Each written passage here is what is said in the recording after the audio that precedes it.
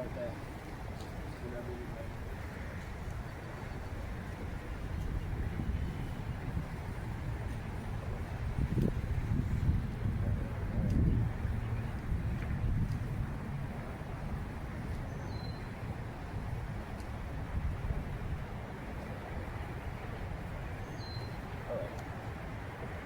Shalom, shalom.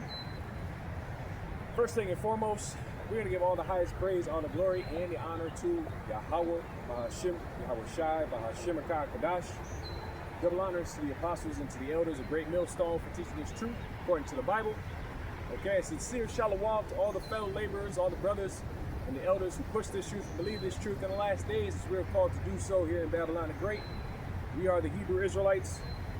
Week in and week out, we come to tell our people, who are you so-called Negroes, Latinos, and Native Americans, as well as you speckled-bird Israelites who are scattered among the heathen, all right, that you are the true people of the Bible, and we're here to preach to you the gospel of the kingdom, all right, the gospel of the kingdom, which is a world rulership, okay, a world domination that is prophesied in the scriptures to come in the last days, led by our older brother, our Lord and Savior, Yahweh Shai, okay, and we're coming upon this time now where the ministry is getting ready to come to a close, all right? And the Lord's judgments that he has written in the prophets are getting ready to be fulfilled because as you can see, okay, there's nothing but wickedness going on here in Babylon the Great and in the whole world.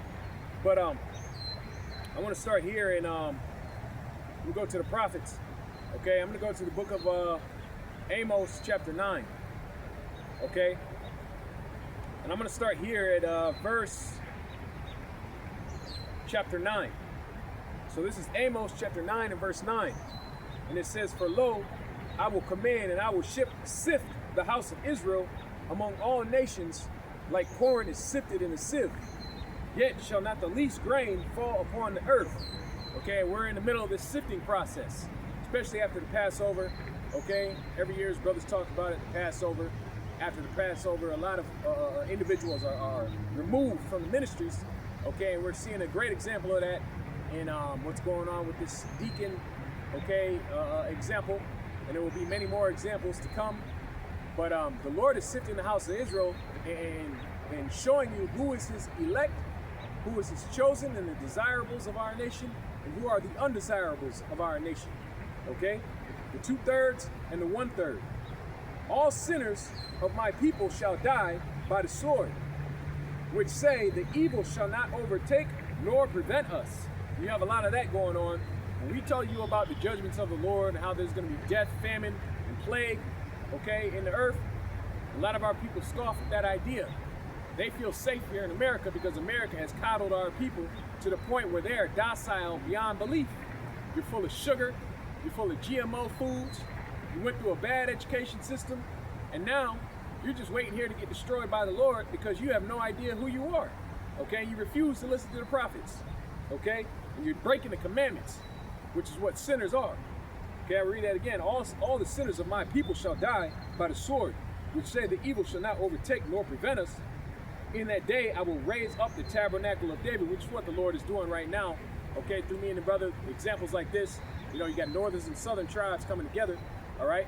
But all over the United States of America and in different countries all over the world, okay, we got camps everywhere that are mixed with all the 12 tribes of the nation of Israel bringing out this truth, okay, and that is the tabernacle of David being risen up in the last days, that is fallen, and close up the breaches thereof, and I will raise up his ruins, and will build it as in the days of old, okay, as in the days of old, okay, you go to 1 Chronicles, the 17th chapter, it talks about how David conquered the heathen. How he did a major military, what do they call it? A military campaign, yeah, operation campaign, okay, to destroy the nations around him. So if the Lord said he's going to raise up the tabernacle of David as in the days of old, that must mean there must be another major military campaign that is about to ensue, okay, under the authority of Yahweh Shai HaMashiach, who the world ignorantly calls Jesus Christ, all right?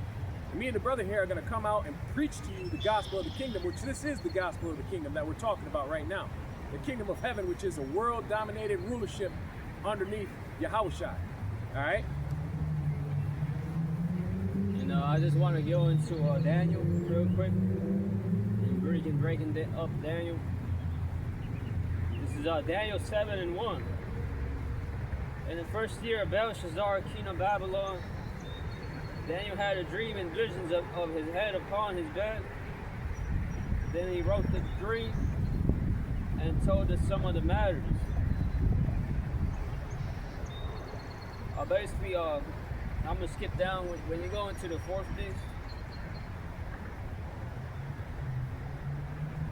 It says here in verse 7. After this I saw in the night visions, and behold, a fourth beast, dreadful and terrible, and strong exceedingly, and it had great iron teeth. It devoured and brake in pieces, and stamped the residue with the feet of it. And it was diverse from all the beasts that were before it. And it had 10 horns. Now that's going into America. We already know that. So I'm gonna jump down.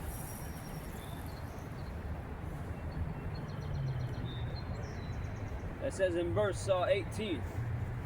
So we're in that fourth beast basically. That fourth beast is America. It says in verse 19. Then I will know the truth of the fourth. Actually, 18. This is what's gonna happen to. This is what's gonna happen to America. Verse 19. Actually, verse 18. But the saints of the Most High shall take the kingdom and possess the kingdom forever, even forever and ever. God, man, that's what's gonna happen, man. With this kingdom, this is gonna be the last kingdom, as it says once again here about the fourth beast.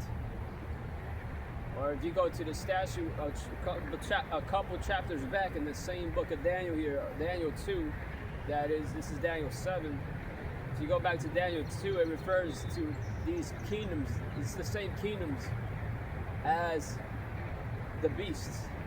But in Daniel 2, the difference is it likens it to metals and then cheap clay and iron mixed with clay. That's America right now. But we're in the part of this, the last, we're in the legs. No, not the fucking legs, man. The fucking feet, man. We're in the fucking feet of that statue. And it says right there, the saints of the Most High shall take the kingdom and possess the kingdom forever, even forever and ever. But the saints of the Most High shall take the kingdom, and that's what's going to happen on this side. Once Babylon falls, that's going to be the kingdom that's coming. Hence why you have the giant millstone that fell on the statue that represented Yahushua. That giant millstone that fell on that statue broke the feet, and it's also intertwined with 2nd Ezra 6 and 9 of how Ezra held the heel of Esau. Well, not Ezra, but Jacob held the heel of Esau. Said, get your ass, come back over here, or whatever, bro. That's what the kingdom is representing. That's what the kingdom is about, man. So you can get an idea. This is Jeremiah 49, because we are in that second Rome, that reiteration of Rome, which started in a rebirth, okay, which was the Renaissance time period, okay, starting really in 1492, all right. When the Edomites really came back in the fullness of their power, okay? They hadn't had that power since the fall of Rome, all right? This is Jeremiah 49 and 7, concerning Edom, because who was the ones that was ruling in Rome, right? Rome was the name of the empire. It's not the name of the people. They call themselves Romans. That's like calling yourself an American. That really doesn't say or denote anything concerning your nationality, your biblical identity, okay? Roman was just a name of a citizenship, all right, just like American. All right, Jeremiah 49, verse 7, concerning Edom. Thus saith the Lord Yahweh of hosts, is wisdom no more in Teman? Is the counsel perished from the prudent? is their wisdom vanished? Donald Trump, funny enough, Donald Trump is a Teemanite, okay? And everybody's talking about how he's starting to show signs of dementia. He's getting up there in age. I think he's already 78, something like that. He's getting up there in age. He's starting to slow down, okay? And the decisions he's making is very stupid concerning the security, the so-called national security of America and the interests abroad, okay? It says, flee ye, turn back and dwell deep, O inhabitants of the den, for I will bring the calamity of Esau upon him, the time that I will visit him. If grape gatherers come to thee, would they not leave some gleaning grapes? If thieves by night, they will destroy till they have enough. Okay, because when the Lord destroys Esau, it ain't going to be like he's going to leave anything left, right? He's going to destroy it completely and totally, all right? 100% of this wicked land of Babylon the Great is going to be consumed in thermonuclear radiation, all right? It says, but I have made Esau bare. Yeah, Esau going to lose everything, man. Okay, his power, his status, his memory, his memorial, all of that is going to be wiped out. I have made Esau bare. I have uncovered his secret places. Yeah, they didn't think we was going to find out who they were, man. They didn't think that those little hats over there in the land were going to be found out as to who they really are, which is the tribe of Amalek. They didn't think we were going to discover that they had stolen our identities, man. Okay? It says, he shall not be able to hide himself. His seed is spoiled. Okay, his seed is spoiled. Yeah, these modern Edomites today are all pissed off now because they're being exposed. The world hates them. Okay, and now there's being inquisition made of the things that their forefathers have done in the past. Okay, the scriptures talk about also that they shall be reproached for their father's sake, man, because they did wicked deeds in their past lives, man. Okay, it says, and his brethren and his neighbors, and he is not. Leave thy fatherless children, I will preserve them alive, and let thy widows trust in me. For thus saith the Lord Yahweh, behold, they whose judgment was not to drink of the cup have assuredly drunken, and art thou he that shall altogether go unpunished? Thou shalt not go unpunished, but thou shalt surely drink of it. Esau thinks that he's going to be able to get away with the wickedness that he's done as a nation. That's impossible, man. The Lord said he requires that which is past, and that which is past is the evil, rape, robbery, and murder, okay, of all the nations of the earth, but primarily these people on this sign here, okay, the children of Israel, who are still in the land of their captivity today, okay? Esau, as a nation, is going to have to pay for the bloodshed that was shed upon these people, okay? They went after their brethren with the sword, all right, continually, you know? So the Lord is going to bring vengeance, and that's why you have all these Edomites now on these podcasts, on these shorts, on TikTok, making videos. Either, you know, you have two sides to it, either trying to defend, okay, their so-called whiteness, okay, and trying to defend their so-called European identity, and talk about how they're the superior race. They've had all the advancements in history. All the other races are low IQ. Everybody else is lucky to have them in rulership, because without them, there would be no advancements in society. You have that side, and then you have the other side of the Edomites who are completely going against that and saying, yeah, our people were fucking ridiculous, man. Our people fucking destroyed the planet, okay? Even though they're on that side, they're still going into slavery if you're an Edomite. If you're an Edomite, you're still going to get your ass whooped. Okay, you got something? Go ahead. It is Daniel 7 and verse 21. I beheld, and the same horde made war with the saints and prevailed against them. The same horde made, I think I was on, yeah, the same horn, that's horn talking about Esau. Made war with the saints and prevailed against them, so Esau is going to make war with the saints. The saints are we already know that's the Israelites in Psalm 149, and that's going into the elect specifically. If you go more in detail on that, that's the elect, the hopeful elect. It says, and prevailed against them. So for a time, because Esau is going to kill certain brothers, a lot of brothers, and a lot of brothers are going to fall and die from what Esau brings. So it's gonna look like Esau's rebelling against us. Ultimately, not really, because they're still gonna have some of the elect that's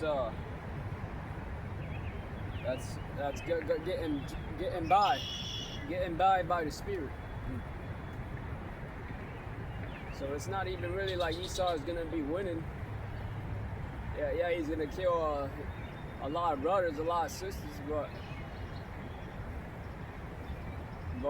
it's not like he's gonna be winning, because ultimately the Lord's still gonna have a certain brothers that's going to be doing spectacular things, so you can get an idea. 22. Until the Ancient of Days came and judgment was given to the saints of the Most High, and the time came that the saints possessed the kingdom. Until Yahweh Shah returns, that's when the kingdom's going to come.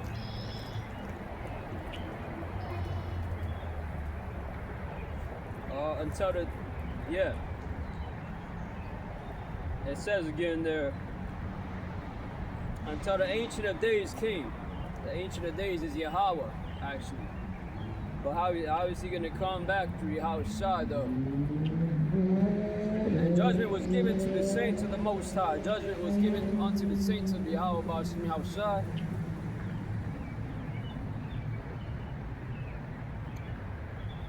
Because the saints shall judge. So you can get Jeremiah 17. Where does it say the? I'm thinking of this is the heritage of the saints in Isaiah, and this is Daniel 7 and 23 again. Actually 22. And the time came that the saints possessed the kingdom. Yeah, the scriptures say that this is the heritage of the servants of the Lord, and their righteousness is of me, says the Lord.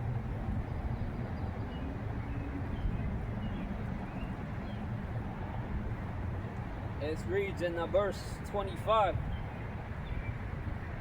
and he shall speak great words against the Most High, and shall wear out the saints of the Most High, and think to change times and laws. And this is exactly what Esau did. When you go back to into the book of the Maccabees, this is what Esau did with Judas and the Hasmonean dynasty. Those warriors that were fighting against Esau, the seed of the Greeks. Well, Esau is gonna do the same thing is gonna happen now this time. It's just in a different way, but basically the same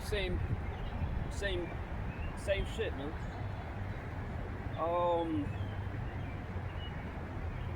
And think to change times and laws, and that's what Esau has done, and they shall be given into his hand until times and the biding of time. Times the biding of time.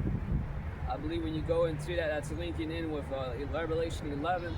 It's been a while since I went into that. When it says a day, 3 days and a half, which is a spiritual 3 days and a half, which goes into 350 years.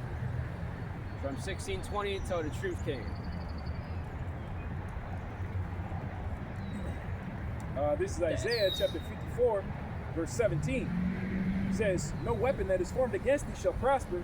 Every tongue that shall rise against thee in judgment thou shalt condemn.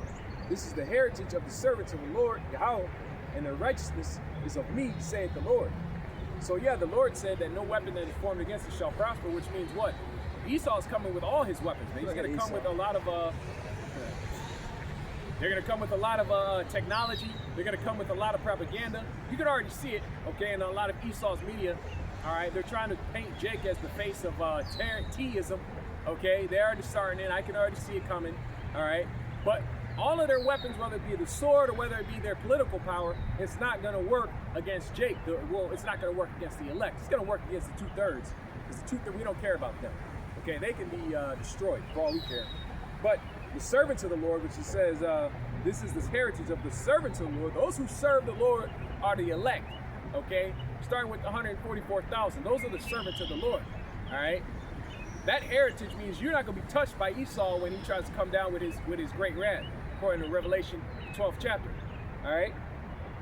It says, it also says in this very same verse, okay, every tongue that shall rise against thee in judgment, thou shalt condemn. Basically meaning, if you come against the brothers, you come against the truth, or the elders, the apostles, okay, anybody, okay, Jake or not, you come against the true men of the Lord, they have the right, and we have the right, and reserve the right under Yahweh Ba'ashim Yahweh Shai to condemn your ass to judgment, man. We can put that fire on your ass. Didn't Elijah put people to death? Didn't Samuel put Agag to death? There's so many prophets of the Lord, men of the Lord, that were putting men to death under the authority of Yahweh Ba'ashim Yahweh Shai. Okay? So that's why it's very important when you are addressing men of the Lord, okay, that you be very careful. You walk you tread lightly, man. Okay? Scriptures talk about touch not my servant and do my prophets no harm. Okay? Touch not my anointed and do my servants no harm. Okay? Because the Lord does not play around with his men, man. Okay? So all the people that have offended the men of the Lord, all the people that have betrayed the men of the Lord, that have done wickedness to them in any shape, form, or fashion, okay? Your judgment is going to be above all the judgments of these wicked people around here, okay? Because you put your hands on the apple of his eye, all right? I was going to go back to the second answers. Get this. This is sick. Go ahead. The brother's saying that because you had Gorilla Hebrew come back and talk about it. And I think that's how they're gonna blame the ministry too, but your Gorilla Hebrew probably. That's because he was showing you. Just like they're gonna have to come out with excuses to go. Gorilla Hebrew is coming out with accusations against us. That's the same. I think I could see Esau using that. Maybe he already is behind that too. I can see Esau behind Gorilla Hebrew's recent controversial video. I can see Esau behind that shit. Basically told Gorilla Hebrew, he could have told Gorilla Hebrew, we're gonna get ready to persecute these ninjas. We gotta get these niggas out the street. You go Super Gorilla Hebrew, go and bring some cool ass holy accusations against these holy niggas. I can see that happening. Yeah, that's gonna happen. There's gonna be a lot of men, okay, that scriptures talk about certain brethren that crept in unawares, okay, that really were not a part of this ministry. They were just pretending, okay. In the book of Jude, I believe, they talk about how you're gonna have those that are within the ministry or who call themselves Hebrew Israelites that really are just there to get the ministry blamed. But ultimately, that's the plan of the Heavenly Father. Okay, it's a test, all right, to see if your faith is on point. His whole video coming at the elders of Great Millstone, that really didn't shake any brothers, man. That's just that's that hoopla bullshit. Okay, this nigga got nothing to say about Great Millstone. He got exposed for being a faggot. Okay, so nobody got to listen to what he got to say. All right, I'm surprised that he's still on the internet showing his face for the accusations, which really ain't even accusations. We know what you did, nigga.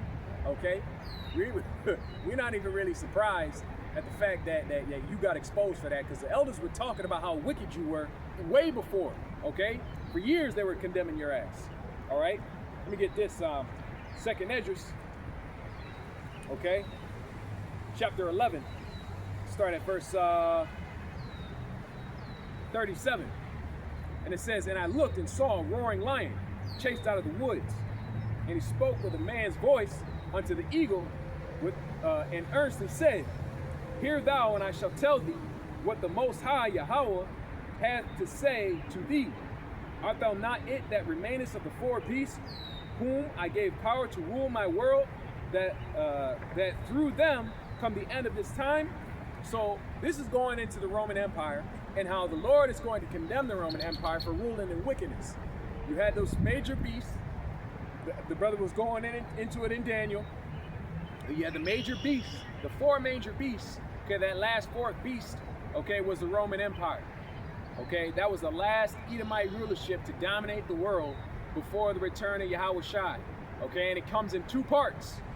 You had the Western pagan Roman Empire, then you had the Renaissance. We're still in the Renaissance right now, but we're coming to the end of the Renaissance. Okay, where Esau is still in rulership. Okay, that's why he talks about, art thou not it that remainest of the four beasts whom I gave power to rule in my world? That's planet Earth. Okay, it says that through them come the end of its time. Okay, through them come the end of its time. The end of its time, like it says, 2 Esdras 6 and 9, Esau is the end of the world. Jacob is the beginning of it that followeth. All right, meaning these people on this sign here are going to be the next ones to dominate the planet Earth. Okay, it says, and the fourth came and overcame all the beasts that were past, and had power over the world with great fearfulness, and over the whole compass of the earth. Well, with much wicked oppression. See, with much wicked oppression. Okay, when we talk about the oppression that this white man has caused all throughout the planet Earth, okay, the same thing is said in the book of 2 Esdras. Okay, and they always like to come out and say, oh, well, all people have done things, everybody's going through shit. But Esau, okay, he's been the one to rule the world in the most wickedness, okay, with the most oppression, okay. It says, and it forth came, it says, and it forth came and overcame all the beasts that were past, and had power over the world with great fearfulness, and over the whole compass of the earth with much wicked oppression, and so long time dwelt he upon the earth with deceit. Okay, what is part of that deception? The part of the deception, which is the devil, which is Esau, who is the devil, is the fact that they're calling themselves the people of the Lord. Okay, Amalek, the tribe of Amalek, which is Edomite tribe over there in the land of Israel right now, is deceiving the whole world, or has deceived the whole world for over 100 years now, saying that they are the true Jews. They are the people of the Lord, the people of this book that this book is talking about, who have the right and the inheritance to that land. Okay, that's why they're over there right now through the Balfour Declaration. Okay, that's part of the deception, you know. And the other part of the deception is telling the true people, the people on this side, that they are not the people of the Lord, and that they are nothing but niggas and spicks and tontos, and they are nothing but servants. They are nothing but weaklings, worms, and low on the planet Earth, who are made to serve them, when actually the opposite is true. Okay? It says, for thou hast not judged the earth in truth. Yeah, he hadn't judged the earth in truth. That's why everything's all out of whack. The laws, statutes, commandments of the Heavenly Father are not being followed. This water is poison. This grass is fake. Everything is fake. These trees are dying. The birds are dying. Everything is all out of whack and out of order. Okay? Because he don't follow the commandments. All right? It says, for thou hast afflicted the meek. That's the Israelites. Thou hast hurt the peaceable. Thou hast loved liars and destroyed the dwellings of them that brought forth fruit, and hast cast down the walls of such that did thee no harm. Yeah, the Esau came over here to Gad, Issachar, and Reuben and tried to make peace deals with him, knowing that he had war in his heart, man. Lying through his teeth, lying through his paperwork, okay? And then eventually coming later and breaking every single treaty that he made and destroying the land and destroying the people, okay? Now, guess what? Esau has this land, but guess what? He got to pay for all that blood that he shed, all the lies that he told. That's what the book's going into when it's talking about wicked oppression, all right? Now when we bringing this out, all right, now you want to complain, you want to get upset, you want to talk about the Hebrew Israelites, we're hateful. But yeah, we're hateful because we hate you Edomites, man. All right, it's time for you to hear your judgment. All right? I got to get this. Go ahead. There's Daniel 7 and verse 26. But the judgment shall sit, and they shall take away his dominion. Yeah, when you go into the word dominion, it means sovereign authority, absolute control. And that's what Esau has right now. The earth is given into the hand of the wicked. It says, and they shall take away his dominion to consume and to destroy it unto the end. Yeah, all these women rights and harassment, laws, bullshit, that's gonna come to an end. You don't need AI. You don't need to have Esau tracking you. That's what the how about Shema Shah is for. We went into that last time. The Lord can see the future. This is in 26. But the judgment shall sit, and they shall take away his dominion, to consume and to destroy it unto the end. Precept. This is Revelation 11. Revelation 11 in verse 12.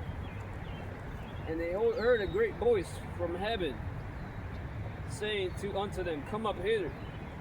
Yeah, that's going to be the nuclear destruction. Going back to Daniel 7, it said that it shall consume him. It shall consume his dominion. It's going to consume America here. It said, come up hither. And they ascended up to heaven in a cloud. Cloud is the chariots, UFOs, and their enemies beheld them. And the same hour was there a great earthquake, and the 10th part of the city fell, and in the earthquake were slain of men 7,000. 7 meaning complete. A large number of people are going to get burned alive with the fire, that fire from the Lord. And the remnant were affrighted and gave glory to the power of heaven. Yeah, because when the elect gets beamed up, we're going to be giving glory to Yahweh Bashim Yahushua. That's in Exodus 15, the Song of Moses. And there's Amos 5 and 6, go to the Lord and you will live. If you do not go, he will sweep down like fire on the people of Israel. The fire will burn up the people of Bethel, and no one will be able to put it out.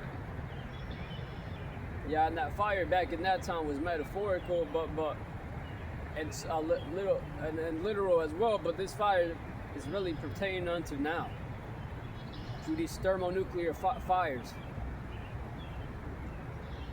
Okay. Let me add to that. Unless you got more. No. This is the book of Job, chapter 20. We start at verse 23. Job 20:23. It says, when he is about to fill his belly, and then, remember this end of this chapter is talking about Esau here. It's talking about how Esau plans on bringing in a new world order, and he's almost going to accomplish his goal. But in the very end, the Lord is going to destroy him and his whole idea that he has of usurping and overthrowing, okay, the authority that is going to be established underneath Yahushua, okay? Verse 23 says, when he is about to fill his belly, Yahweh shall cast the fury of his wrath upon him. Like the Ox said, those nuclear missiles that are coming, they're going to come right here to America, man. They're going to land right here in America, and the scriptures also talk about none of those missiles are going to miss their mark. None of the arrows shall miss their mark. So they're all going to hit. Every nuclear warhead is going to hit. It says, and shall rain it upon him while he is eating. He shall flee from the iron weapon, and the bow of steel shall strike him through. Okay, that's talking about the missiles. Okay, it says, it is drawn and cometh forth out of the body, yea, the glittering sword cometh out of his gall. Terrors are upon him. Because remember, at the same time, there's going to be World War III going on. At the same time, Yahushua is going to be returning, cracking them clouds. At the same time, Jacob's trouble is going to be going on, so the elect are going to be under great persecution. Okay? So it says, all darkness shall be hid in his secret places. A fire not blown shall consume him.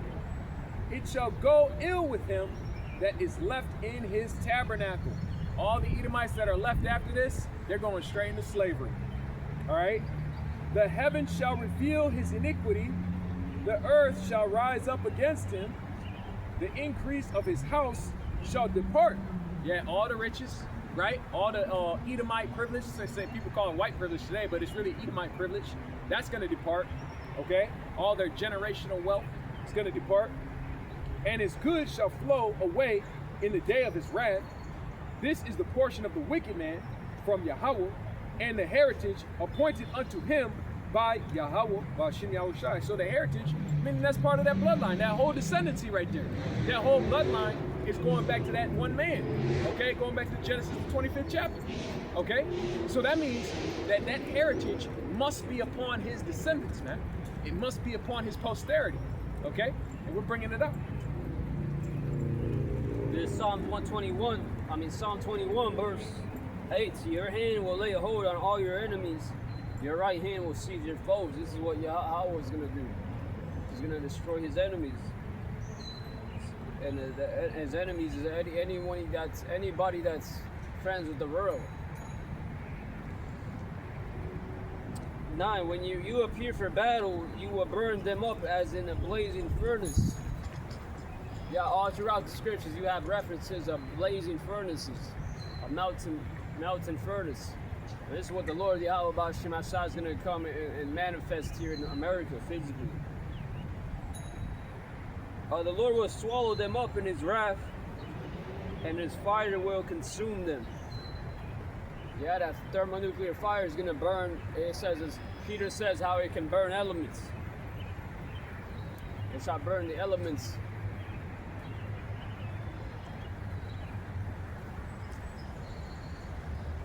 You will destroy their descendants from the earth, their posterity, with the word you mentioned, from mankind. The Lord is going to destroy the wicked. Another scripture says, the Lord shall destroy them that which destroy the earth. Because Esau has destroyed the earth. Like back here, you have all this construction they're building. But Esau's, it just shows you how selfish Esau is, because why don't you leave some of that for the birds there? You got some swan here, some ducks here. You got some rabbits, some hares. Hare is another word for rabbits. Here, yeah, man, they're about to have damn near no grass, no trees, no anything, no water. That's the way Esau wants to end this earth. Just make you Jake's earth just all desert, all water. No water, just everything dead. Hey, and that's why Yahushua is going to have to come back to destroy this devil, man. Adam is going to have to come back to restore the earth. Because when the Lord put Adam in the garden, the garden really was all the earth. It wasn't just the Middle East over there. It wasn't just the land of Israel over there. The garden is all the earth.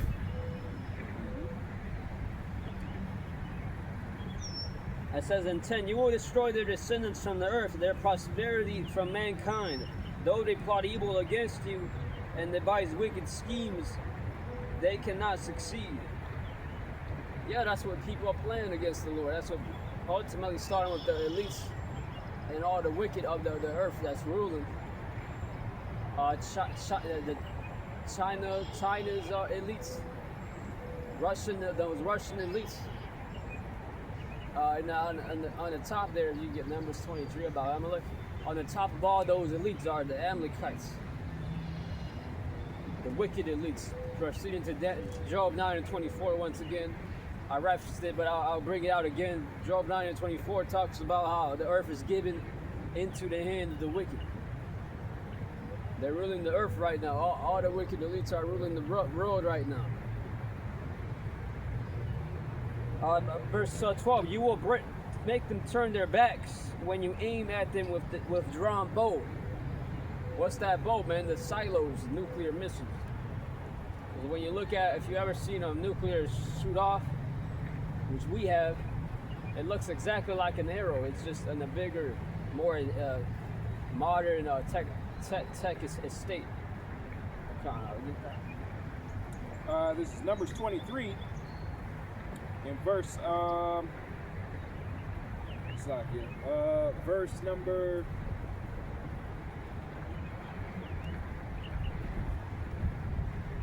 I believe it starts at yeah, because the scriptures talk about not being a niggard, meaning somebody that's greedy. You gotta, especially if you're got the type of money these elites have. They don't want to give any of that. Really, it's a very small percentage of that money that they give. I got it right here. Numbers 23.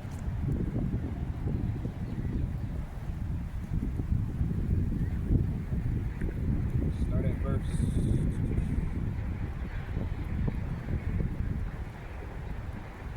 Oh, it's Numbers 24. Numbers 24 and verse 20. It says, and he looked on Amalek, and he took up his parable. It said, Amalek was the first of the nations, but his latter end shall be that he perish forever.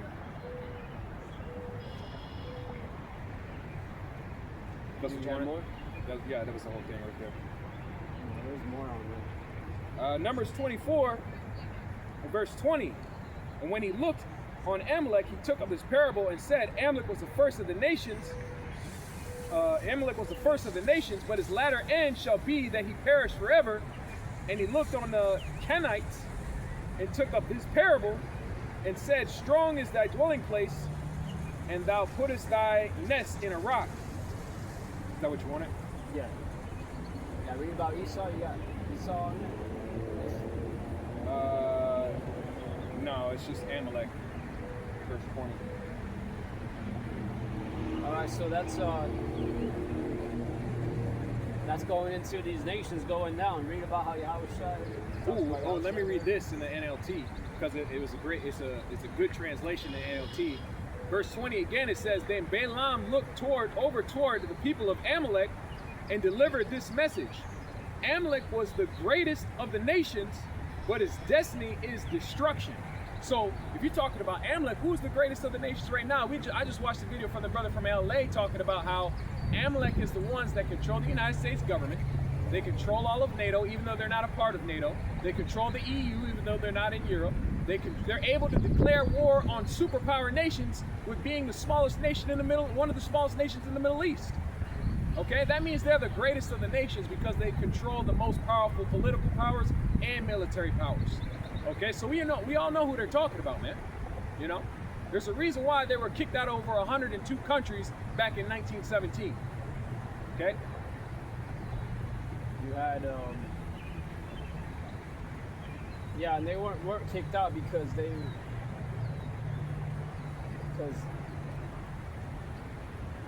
weren't kicked out because they were getting oppressed. They were kicked out because the elites already propagated that agenda to set them up in the fake Israel over there. Yep. That's what I believe the second World War was about.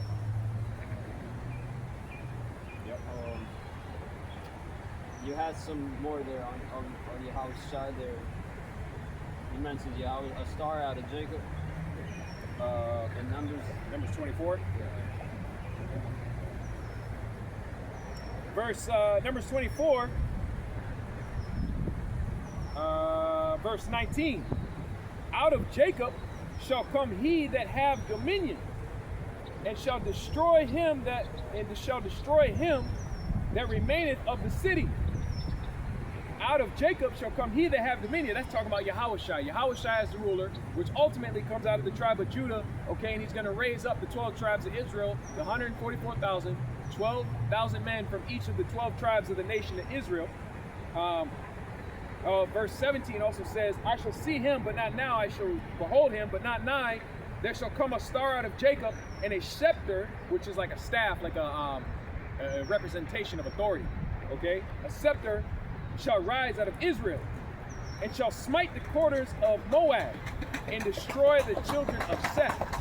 Okay, so the Lord is going to come back. You know, we talk about 2nd Edge 13th chapter. The Lord's going to come back, and he's going to smite all these other countries, man. Moab, which is the so-called Chinese man. All right, Japheth is going to even get some too. Okay, you saw the Pacific Islanders all the way over to the Philippines. Okay, that's Japheth. They're going to get thrown down too. Everybody's going to get some when Yahushua comes back, man. That was it on that? Yeah. And this is Psalm 21 and 13. Be exalted in your strength, Lord. We will sing and praise your might. Yeah, once again, because all these nations, as it also says in Psalm 83, these nations have conspired against the Lord's people.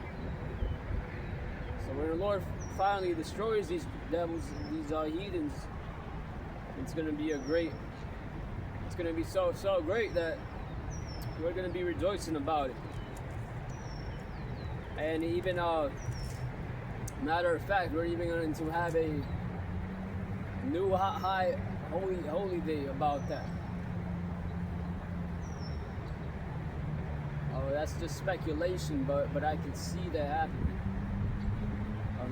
Just like in the Passover, you have that's celebrated because to remind us of how the Lord delivered us. That was going to be an eternal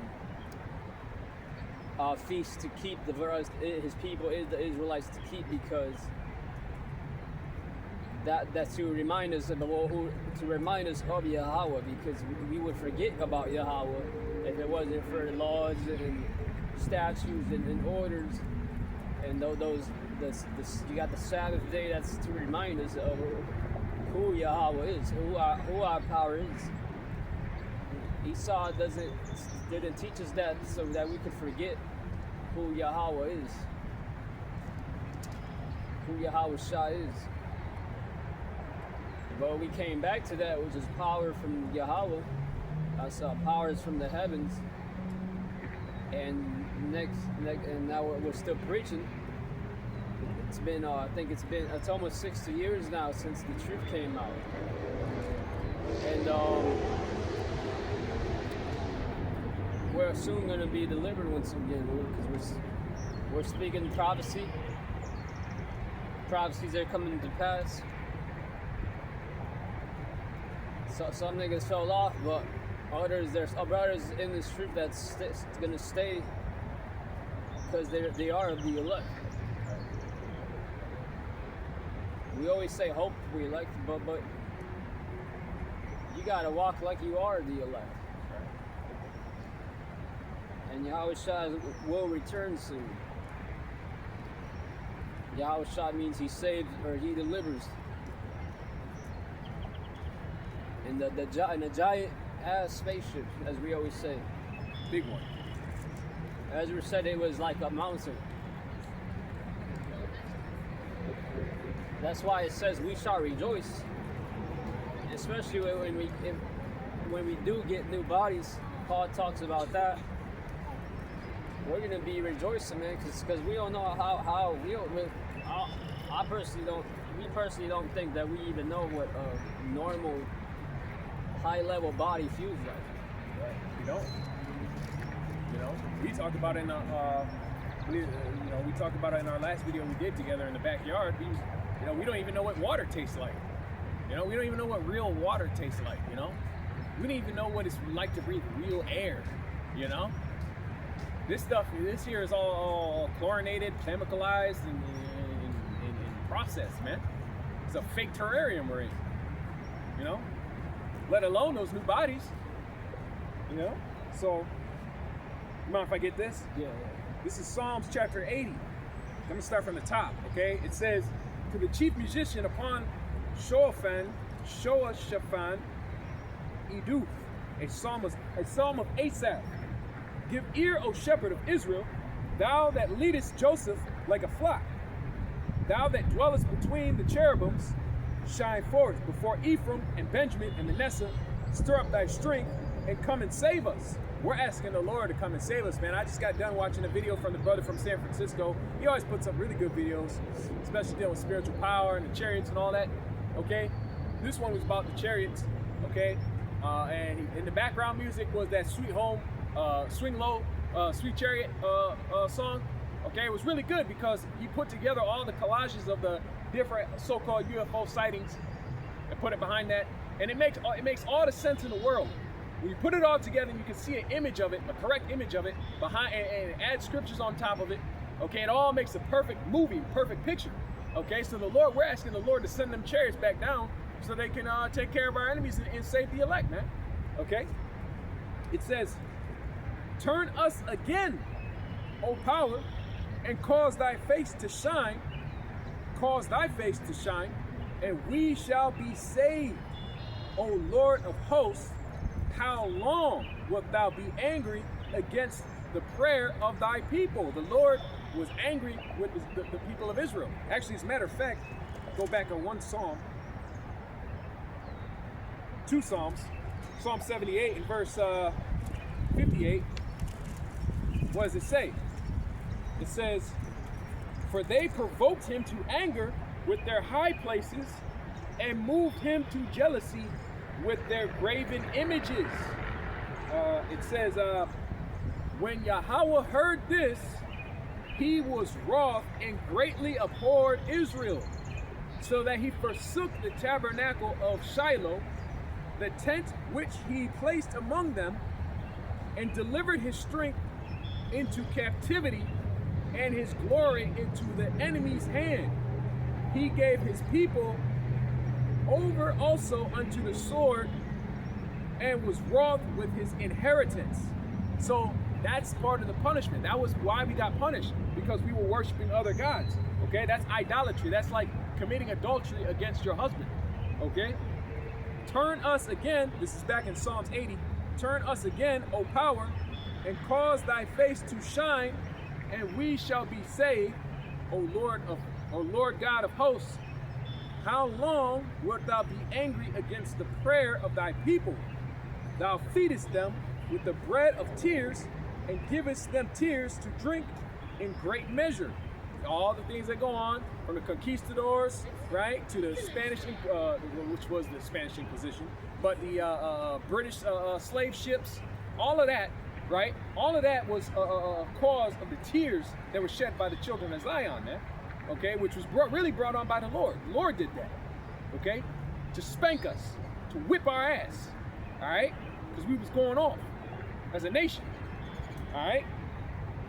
Thou makest us a strife unto our neighbors, and our enemies laugh among themselves. They all laughing at, you know, this whole thing with that Ricky Chow, right? All these other nations hate Jake, man. All these other nations are making fun or taking advantage, okay, and scoffing at Jake, okay? Turn us again, O power of hosts, and cause thy face to shine, we shall be saved. Thou hast brought a vine out of Egypt. Thou hast cast out the heathen and planted it. Thou preparest a room before it, and didst cast it didst cause it to take a deep root and fill the land. The hills were covered with the shadow of it, and the boughs thereof were like the godly cedars. She sent out her boughs into the sea, and her branches into the river. Okay, because we're like the Lord's vineyard, man. Okay, so now, okay, what we're doing as the elect, the hopeful members of the elect, is we're calling upon the Lord to have mercy upon us and bring down our enemies and bring in the kingdom of heaven, all right, which is going to be our rulership. Okay.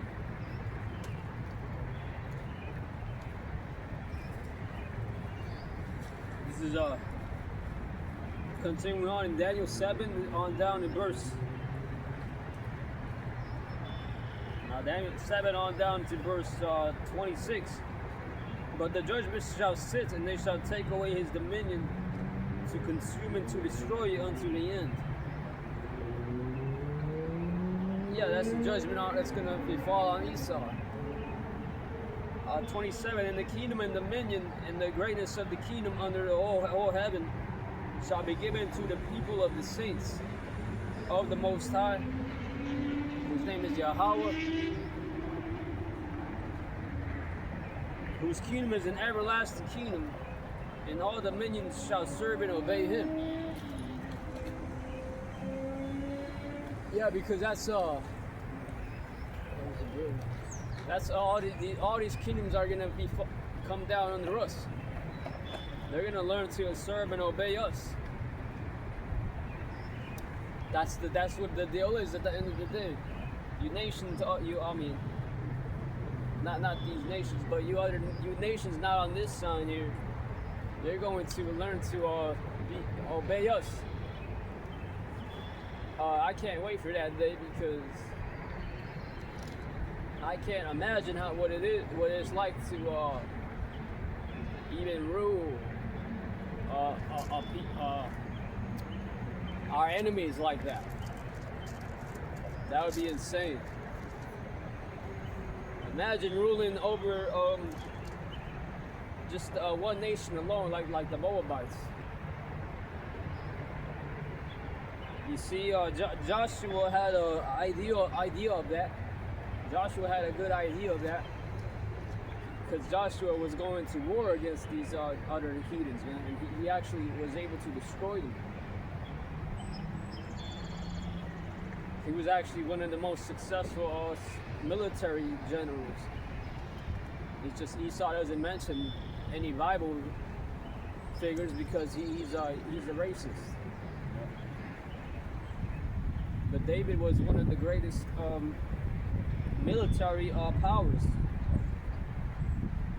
of all time, really. And that's what's going to come back again. Daniel 7 and 27, and the kingdom and dominion and the greatness of the kingdom under the whole heavens shall be given to the people of the saints. Who's the saints once again? That's in Psalm 1, what's that, Psalm 149? Yep. And that started with the hopeful elect, specifically. Patience in the faith of the saints. Whose kingdom is an everlasting kingdom. And that's also in, not just Psalm 149, but Psalm 148, about the last verse too. What does it go like again? I believe also in Psalms 137 as well. Let me get it. Psalm 148 on down goes like, and it's been a while since we got that. I get it right here. Yeah. This is Psalms chapter 148. I'm gonna just start at kind of like the end. Okay. Psalms 148. I'll start at 13. It says, "Let them praise the name of the Lord, which is Yahweh." That's why we always start every camp. All praise to Yahweh, in the name of His only begotten Son, which is Yahushua. For His name alone is exalted, or His name alone is excellent. His glory above the earth and heaven. He also exalted the horn of His people, the praise of all His saints. Who are the saints? The Israelites. Even of the children of Israel, a people near unto Him. Praise ye the Lord. Praise ye the Lord, man. That's why we keep the Passover, we keep the Sabbath day, to the best of our abilities. We keep the Feast of Tabernacles, the Day of Atonement, especially that one. We keep those days, man. The most serious ones, at least. Psalm 7 and 27 shall be given to the people of the saints of the Most High, whose kingdom is an everlasting kingdom, and all dominions shall serve and obey Him. Yeah, and that's what we're focused on, is losing for a time right now until we can win again in the next time. But the other camps like IUIC, ICBK, you other bug out camps going off, y'all are focused on making it now. You're focused on getting the kingdom now. You're focused on what's it called, having barbecues and cookouts on your holy days. They have their women in the Passover on those days. That's old school. That's that one West shit. And they were going off of that, man, having women on the Passover. That's not how you're supposed to keep the Passover. Yahushua didn't have women in His Passover, man. Elder Masha went off on that. Tahar came and corrected that shit. Because Yahushua was dealing in a bit more heavier level with Tahar, man. He had a larger portion of carrying out this truth that's what's going to come out right now. He's been preaching this truth for how many? About 43 years now. About 40 years now. Yeah, some like almost over 40, I believe. Like 41 years. Yeah. Since 1985. So that's stamped out, man. That's stamped in, man, with the Yahushua approval.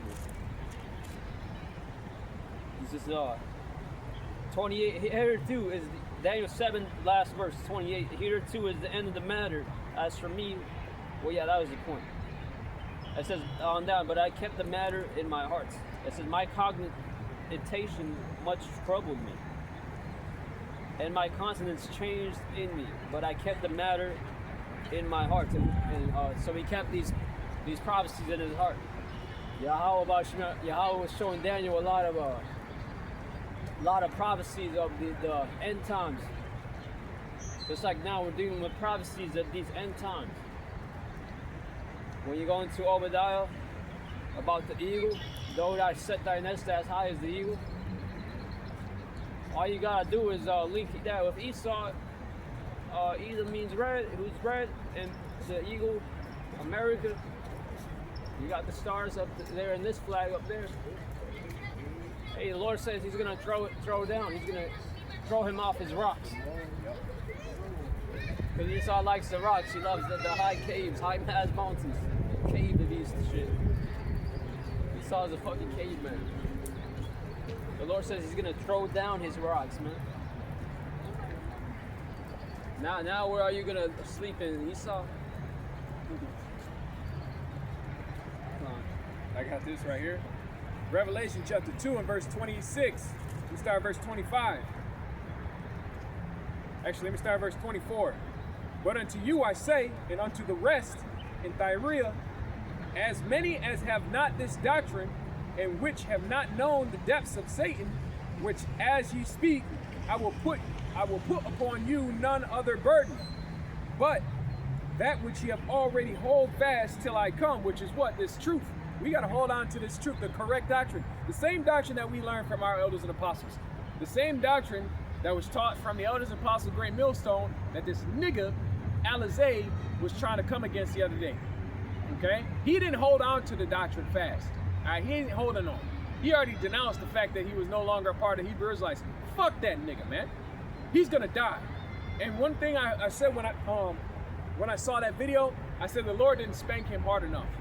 Okay, the Lord didn't punish him hard enough because he still has the audacity of that nigga to come out of the woodwork, okay, and has to think he got something to say about the elders and apostles of Great Millstone on a subject and a matter that has nothing to do with Great Millstone. You could have condemned that nigga deacon and without going into the elders and apostles, but the Lord put the spirit on you to condemn yourself, okay? But I'll finish this. Like you were saying, we're gonna have rulership over these heathen. It says, verse 26. He that overcometh and keepeth my works unto the end, to him will I give power over the nations, and he shall rule them with a rod of iron, as a vessel of the potter shall they be broken into shivers, even as I received of my Father, and I will give him the morning star. That's that all-knowing wisdom. Okay, that's when you become a Lucifer.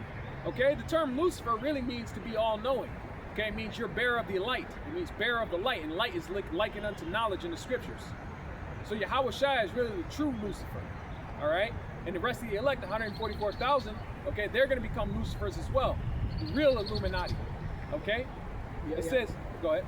Yeah, the word loose goes back to, in Spanish, that's how you say light and loose. That's right. That's all. He that hath an ear, let him hear that the Spirit saith unto the churches. So basically, if you hear this doctrine and you can understand this doctrine, you could be a part of the elect, man. And you're supposed to get right with Yahushua, do this work. If you're a woman, submit to your husband, do the best you can, keep the law, statutes, commandments, okay? And understand that Yahushua is coming back to save us, man. Okay? Can I get this? Yep. Revelation 20 and 1. And I saw an angel come down from heaven, having the key of the bottomless pits, and a great chain in his hand. This is going to be Yahushua, man, with those big ass chains. If you get Psalm 149, Psalm 149. That's what this song is about. This good news is about. Is the kingdom. Like your brothers are having a shitty day. You're upset. Think about the kingdom, man. That's what Yahweh Ba'Shemashah showed Ezra when he was sad and having these questions to the Lord. And what the Lord showed him, he showed him the kingdom. Ezra was actually able to. He was seeing like a projection of the kingdom from the chariot that the angel showed him. I believe that it could have been this division, but I believe the chariot was projected the certain buildings, how the kingdom was gonna look. 20, and he laid hold on the dragon, that old serpent. Who's the serpent? Going back to Genesis 3. That serpent in the garden, Esau Edom, which is the devil. Who's the devil on this earth? You know that's the so-called white man. So-called white because he's not white, he's red. That's what Edom means, red. And Satan and bound him 1,000 years. Satan means adversary. Devil means deceiver. That's what Esau does, man. He's deceived the Jakes. He still has a lot of Jakes deceived. A lot of Jakes actually love it. But still, he has them deceived. He has them. He's an adversary. He's came up against us. He's killed a lot of Judah out of pure hate. You got drowned towns and certain massacres and riots that happen, race riots that's happened in the span of America's history. Verse 4, and I saw, actually 3, and cast him in, Revelation 20 and 3, and cast him into the bottomless pit. That bottomless pit was Europe over there, because over there in Rome it's hard to grow anything. That's why they had to take Africa. And shut him up and set a seal upon him that he should deceive the nations no more. So this was the first 1,000 years. You have the European Dark Ages, Jake's ruler, that he should deceive the nations no more till the 1,000 years should be fulfilled. And when you look at that timeline, it was about 1,000 years. So from Constantine the Great all the way down till the fall of Constantine the 11th. So the 1,000 years shall be fulfilled, and after that he must be loosed a little season. And that little season has begun. That same little season is the same times the dividing of time in Daniel 9.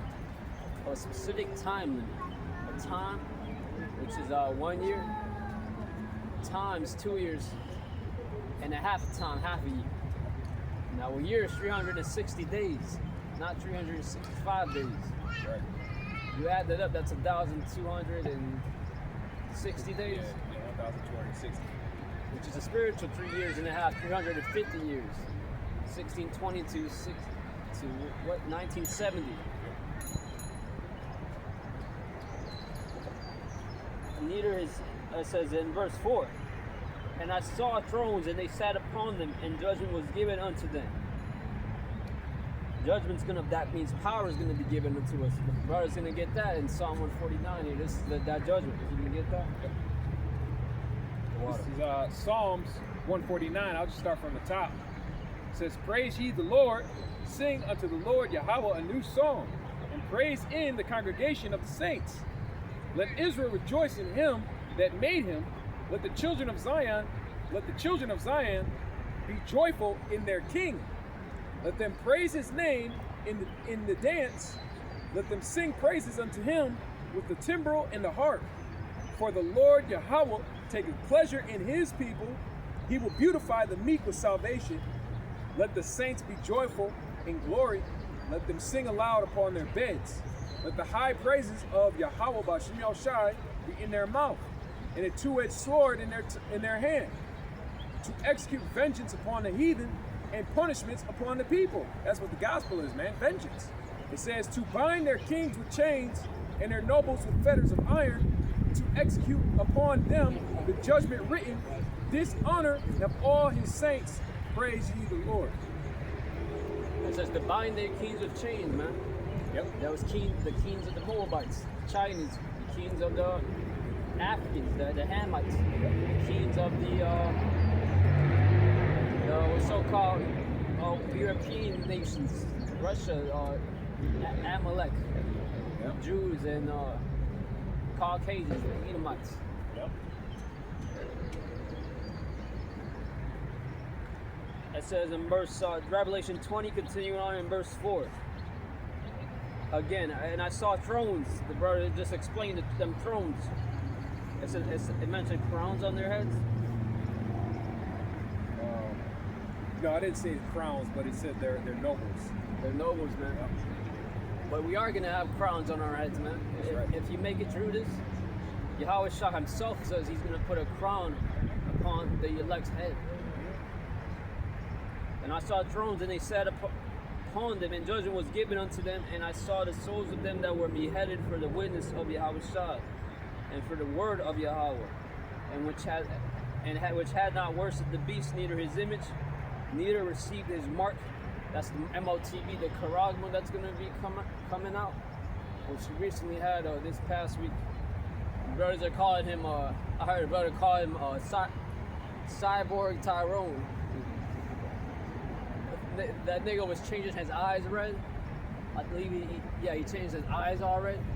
He was able to read people's thoughts. Because that's that spiritual power on the left side, man. Or like that movie RoboCop. That movie RoboCop is a good movie, man. And the brother mentioned how the Lord's going to make them to show them all Esau's power, all what he can do on the left side. And the Lord's going to show all his power on the right hand side. Which it reminds me of Elijah. Or that was Elijah, and then those prophets of Baal. And it reminds me of the snake, Pharaoh's snake. And then Moses' snake that ate up Pharaoh's snake. It says, and the word of Yahweh, which had not worshipped the beast, neither his image, neither had received his mark upon their foreheads or their hands. And that Jake had it in literally almost damn near in his head, on the side of his forehead, side of his head. Or in their hands. And they lived and reigned with Mashiach, Yahweh Shai, 1,000 years. And this is the second 1,000 years now. The second 1,000 years is going to last forever. And I'm going to go back to Revelation 11. And it says in verse 15, and the seventh angel sounded, and there were great voices in heaven, saying, the kingdoms of this world are become the kingdoms of our Lord, and of his Mashiach Yahweh Shai, and he shall reign forever and ever.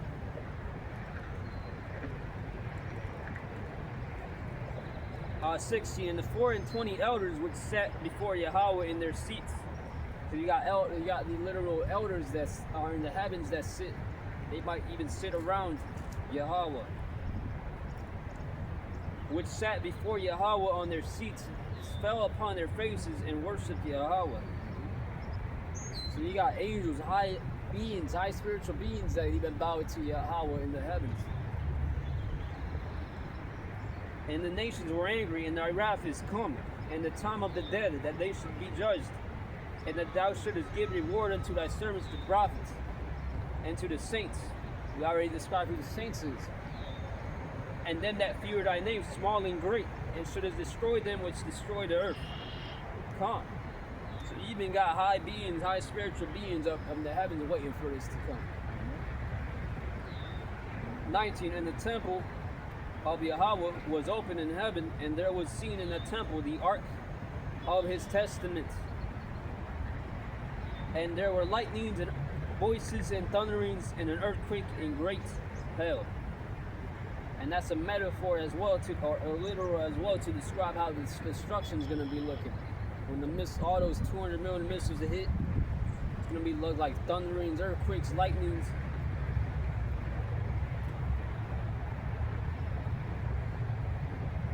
And you had something? Yeah, I was just going to add to what you said about how like there was going to be crowns placed on the heads of the elect. And Yahweh Shai, he's going to come take the crowns off the heads of the heathen. All right, he's going to put them on himself. But Yahweh Shai is also going to share his authority. Okay, he's going to split that up, inheritance up. All right, because there's plenty to go around, man. We got the whole universe, man. All right.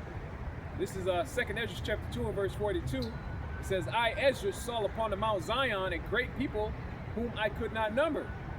And they all praised the Lord Yahweh with songs. And in the midst of them, there was a young man, this is Yahushai, of a high stature, taller than all the rest. And upon his head, everyone he placed a crown, and was ever more exalted, which I marveled at greatly. So Yahushai is going to be the number one. He's going to be the top ruler, all right? But under him, there's going to be other kings, man. There's going to be other gods, other rulers that are under his authority. And they will have authority over the rest of the creation, okay? The Lord is going to have Yahushai place that authority and that authority and that kingship upon the elect men, okay? The elect men are the ones going to be getting those crowns, because the king wears the crown, man. Okay, the man is the one that wears the crown. All right.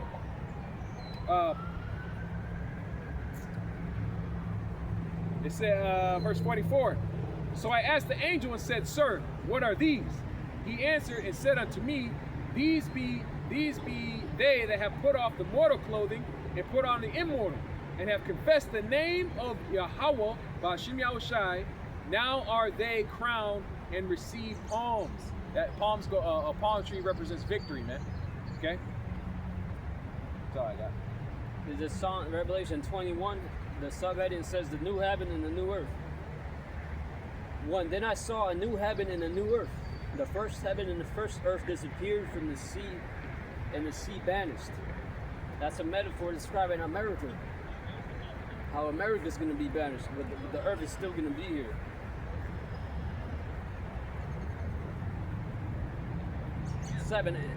2, and I saw this holy city, the New Jerusalem, coming down out of the heaven from the power, prepared and ready like a bride, dressed to meet her husband. So this is going into how the elect coming down from the chariots. It's not going to be a literal city that's going to be coming down, and all of a sudden, the streets made of gold, and the New Jerusalem being already built. No, the New Jerusalem's actually going to be built by these heathens.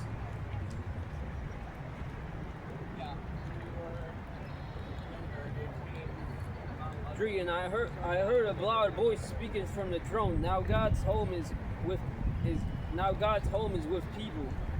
He will live with them, and they shall be his people. Yahweh himself will be with them, and he will be their power.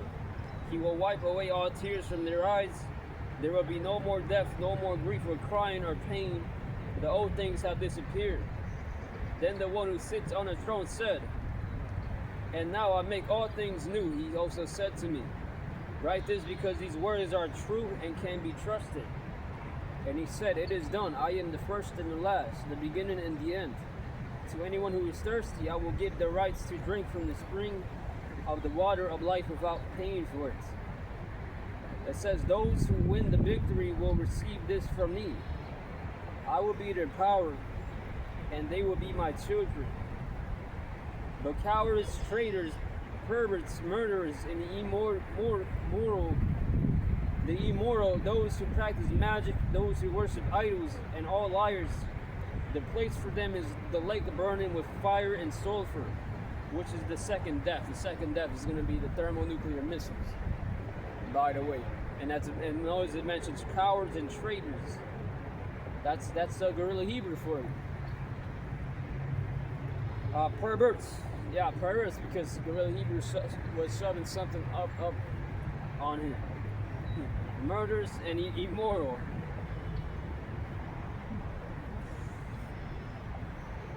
It says, I'm going to go back to chapter 20 and get verse 6. Blessed and holy is he that hath part in the first resurrection. On such the second death hath no power. Once again, it mentions the second death. But they shall be priests of the power and of Christ, and shall reign with him 1,000 years. And when the 1,000 years, now this is going back again to the first 1,000 years. These Christians think that's talking about the elect is gonna be in the kingdom, and then that's gonna be the literal 1,000 years. And then Esau, a big ass dragon's gonna come back outside to make war with them. angels flying and the saints from heaven flying to fight with. It says, yeah, and when the 1,000 years are expired, Satan shall be loosed out of his prison. That's just going into Esau coming back up in power once again through the Spaniards. Right. And he shall go out to deceive the nations which are in the four quarters of the earth, Gog and Magog, and that's what's happening right now. The third war getting stirred up. To gather them together to battle, the number of whom is as the sand of the sea. That's why it's called a mountain of troops as well, the Armageddon. 10, and the devil that deceived them was cast into the lake of fire and brimstone. That's America getting destroyed. And then these other nations' power getting transferred to Yahushua. Where the beast and the false prophet are, and shall be tormented day and night forever and ever. They think that's talking about hell. That's not going into hell. Mythology go hell. That's going into the actual hell, which is earth. That's going to be caught on fire due to the missiles that's going to hit America. And other various parts might get a little bit of hit as well. But ultimately, these kingdoms, these other heathens being, along with that, being still here on earth to serve under slavery, Israelite slavery. 12, and I saw the dead, small and great, stand before the power. Actually, I skipped 11, Salaki. Revelation 20 and 11. And I saw a great white throne. This is Yahushua, and him that sat on it, from whose face the earth and the heaven fled away, and there was found no place for them. Come. Yeah, because the earth is gonna be looking like it's destroyed, but the major destruction that's gonna happen. You're gonna have the earth's gonna be basically in distress from all that shaking, that it's gonna cause earthquakes and vibrations that's gonna be felt. Smoke. 12, and I saw the dead, small and great, stand before the power. The dead, small and great, that's just going into us here in this earth, the elect and then the non-elect here on earth, the judgment taking place here on earth. Stand before the power, because Yahushua represents Yahweh. And the books were opened. That's the prophecies. All the prophecy, the whole law being fulfilled. Yahushua said he came to fulfill the law. And another book was opened, which is the book of life, the salvation. And the dead were judged out of those things. The dead is the 2/3 and the other heathens here. Out of those things which were written in the books, that's the laws, them breaking the laws, statutes, commandments, abusing the prophets, abusing the word. It says in Ezra, they shall dwell in torments while they had yet liberties. According to their works. And the dead were judged out of those things that which were written in the books according to their works. And that's in Solomon says that too in Ecclesiastes 12, about 13 verse. For God will bring every into judgment, whether good or evil. I got one more verse, but you had a preset for this? To this? Yeah, but finish it. It says 13, and the sea gave up the dead which were in it. The sea is the America here, the elect beamed up, and 2/3 dying, which were in it, and death and hell delivered up the dead which were in them, and there were judged every man according to their works. That's America being destroyed. 14, and death and hell were cast into the lake of fire. This is the second death. Once again, the missiles. And this is the last verse, 15. And whosoever was not found written in the book of life was cast into the lake of fire. Once again, the missiles. America getting destroyed by 200 million missiles. I wanted to get this. Going into the fact that the brother just got done reading about how the elect were going to be the ones saved, and the wicked, you're going to be the ones caught up in this nuclear destruction. Okay? Let me get this. Wisdom of Solomon. Okay, chapter 5, and I'm starting from the top. Okay, The subtitle is The Wicked Shall Wonder at the Godly and Confess Their Error and the Vanity of Their Lives. Wisdom of Solomon chapter 5 and 1. Then shall the righteous man stand in great boldness before the face of such as afflicted him. Who's afflicted? The righteous man, which really, okay, is the elect, all right? It's not talking about you two-thirds. You two-thirds are not righteous. You're the ones that are a part of that affliction, all right? It says, and made no account of his labors. When they see it, they shall be troubled with fear, with terrible fear, like in Revelation 11:11, okay? When they see it, they shall be troubled with terrible fear, and shall be amazed at the strangeness of his salvation, so far beyond all that they look for. This is part of the books being opened, okay? The playing out of the prophecy of who's going to receive that salvation and who is not, okay? The books being open just means, you know, that whatever the Lord determined before time, okay, it's going to play out in reality, okay? So if your destiny and your written destiny in the book of life is supposed to be salvation, then you're going to receive that salvation. If it's not, then you're going to receive destruction, okay? It says, and they repenting and groaning for an anguish of spirit shall say within themselves, this was he whom we had sometimes in derision and a proverb of reproach. Notice how it says, shall say within themselves. So it's not like they're going to be saying it out loud, but when they see, like me and the Ak, hopefully we're part of the elect, they see me and the Ak get beamed up onto that chariot, all our enemies, all the women that did us wrong, all the people that talk shit about us, all the people that did wrong to any of the brothers, okay? When they see the so-called black Hebrew Israelites, okay, the so-called Negro, Latino, and Native American men, when they see us getting beamed up under them chariots, in their mind, because if you think about it, that whole event is going to be so breathtaking, so shocking, you're really not going to be able to say anything, you're not going to be able to talk, okay?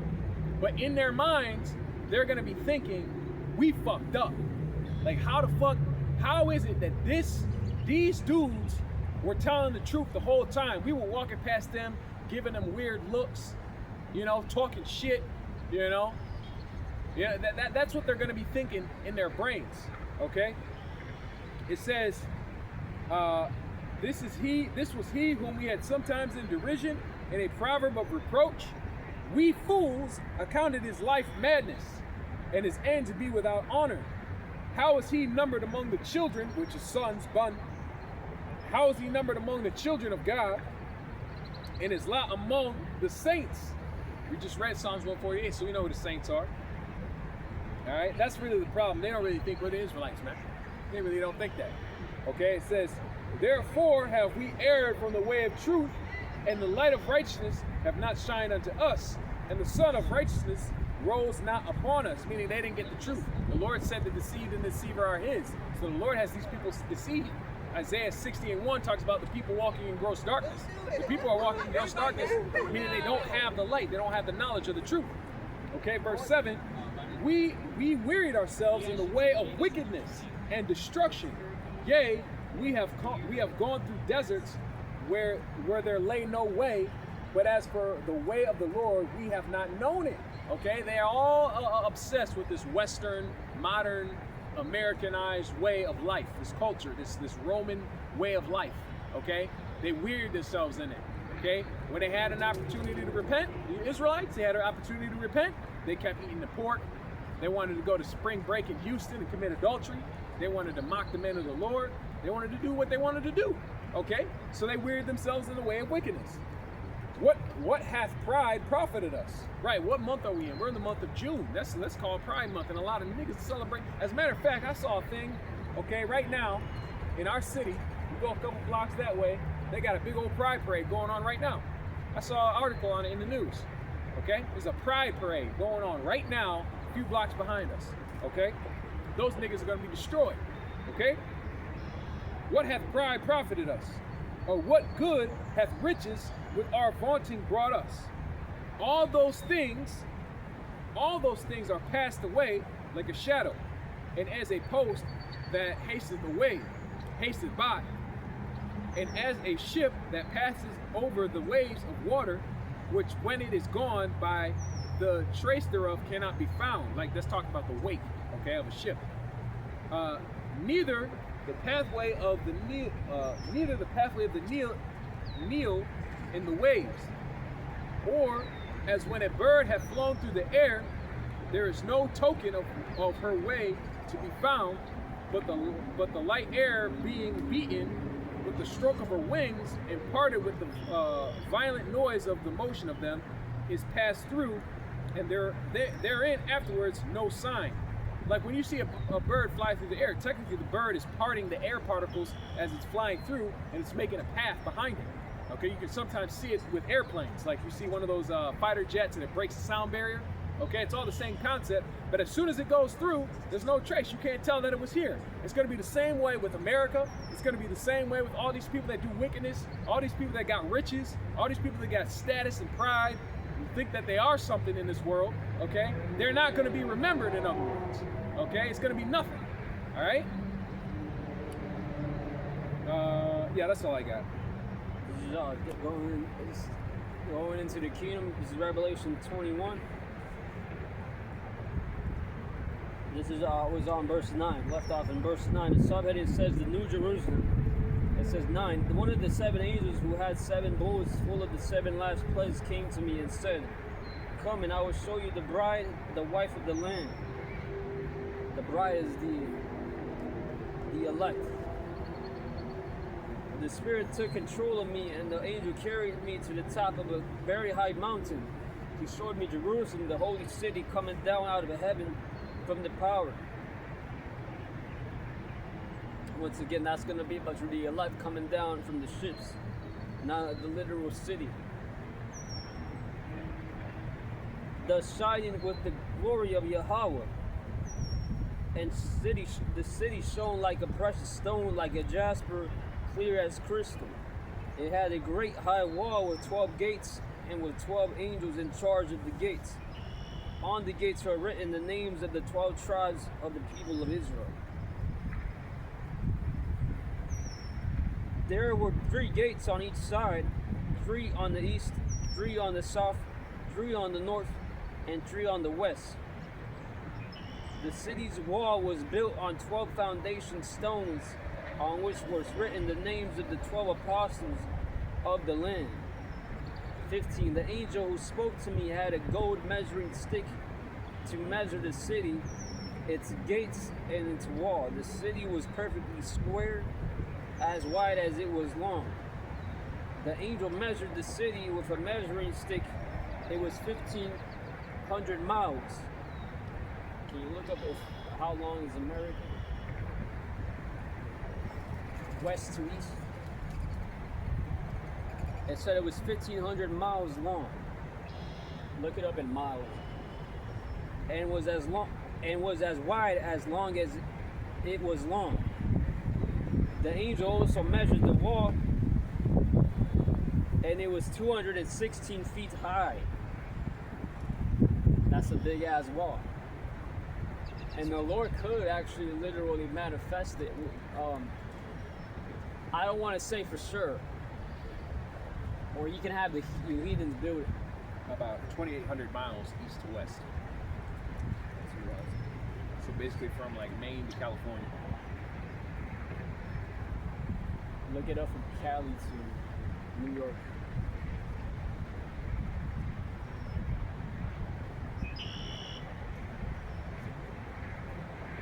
So this said that the New Jerusalem was going to be like 1,500 miles long, and it's going to be as wide as it is long. So yeah, technically it's going to be bigger than America. Last time brothers went into this, about 2,400. That's 2,000. America's 2,400 miles long. West to east. The New Jerusalem is going to be 1,500 miles long. That's 1,500 miles long, but it's also going to be the same north to south. And America ain't that long, north to south. So the New Jerusalem is going to be bigger than America is. Right. The foundations, it says, the wall was made of jasper, and the city itself was made of pure gold, as clear as glass. The foundation stones of the city were adorned with all kinds of precious stones. The first foundation stone was jasper, the second sapphire, the third agate, and the fourth emerald. The fifth onyx, the sixth carnelian, the seventh yellow quartz, the eighth beryl, the ninth topaz, the 10th chalcedony, the 11th turquoise, the 12th amethyst. The 12 gates were 12 pearls. Each gate was made up from a single pearl. The street of the city was of pure gold, transparent as glass. Imagine gold as clear as glass. A whole wall, a single wall, whole square is going to be made of a single pure pearl. 22. I did not see a temple in the city, because its temple is the Lord Yahweh Almighty in the land. The city has no need of the sun or the moon to shine on it, because the glory of Yahweh shines on it, and the Lamb is its lamp. Imagine the city, that's our cities, the light in our city is never going to go out. I believe that's literal right there. I believe the literal Jerusalem, the gold from it alone, and then because of all the stones, it's going to make some type of energy, or it just never goes out. I just perceive that through the Spirit right now. 24. The peoples of the world will walk by its light, and the kings of the earth will bring their wealth into it. So you are going to have kings bringing their wealth. Well, they might have allowed certain kings to come inside to Jerusalem, to give us their booties. It's that tax, right? We're going to be putting taxes on these nations, man. I think that's in Isaiah 61 too. We shall drink the milk of the Gentiles. That's what it means to drink the milk. We're going to take all their resources, man. They take our resources, we going to take their resources, And some of those resources are literal booties. That's right, booty.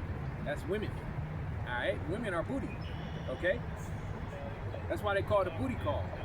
You taking the spoils, man. That's in the law too. The law says that after a war, a man is allowed to take the women that he wants, man. All right, we're allowed to do that. 24. The peoples of the world will walk by its light, and the kings of the earth will bring their wealth into it. The gates of the city, their best wine, their best of, even in their land, we're going to have their best of their land. We're going to have even our two-thirds that come out of us, our sons, we're going to commission them to go and take their spoils too. The gates of the city will stand open all day. They will never be closed, because there will be no lights, no nights there. The greatness and the wealth of the nations will be brought into the city, but nothing that is impure will enter the city, nor anyone who does shameful things or tells lies, nor anyone who does shameful things or tells lies.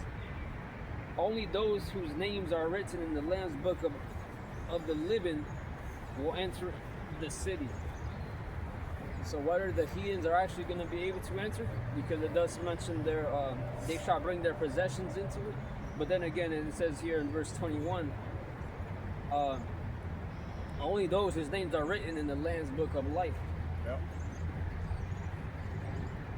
And the Lamb's book of the living will enter the city. So maybe they might not enter. I'll have to see in the kingdom. Maybe you brothers know.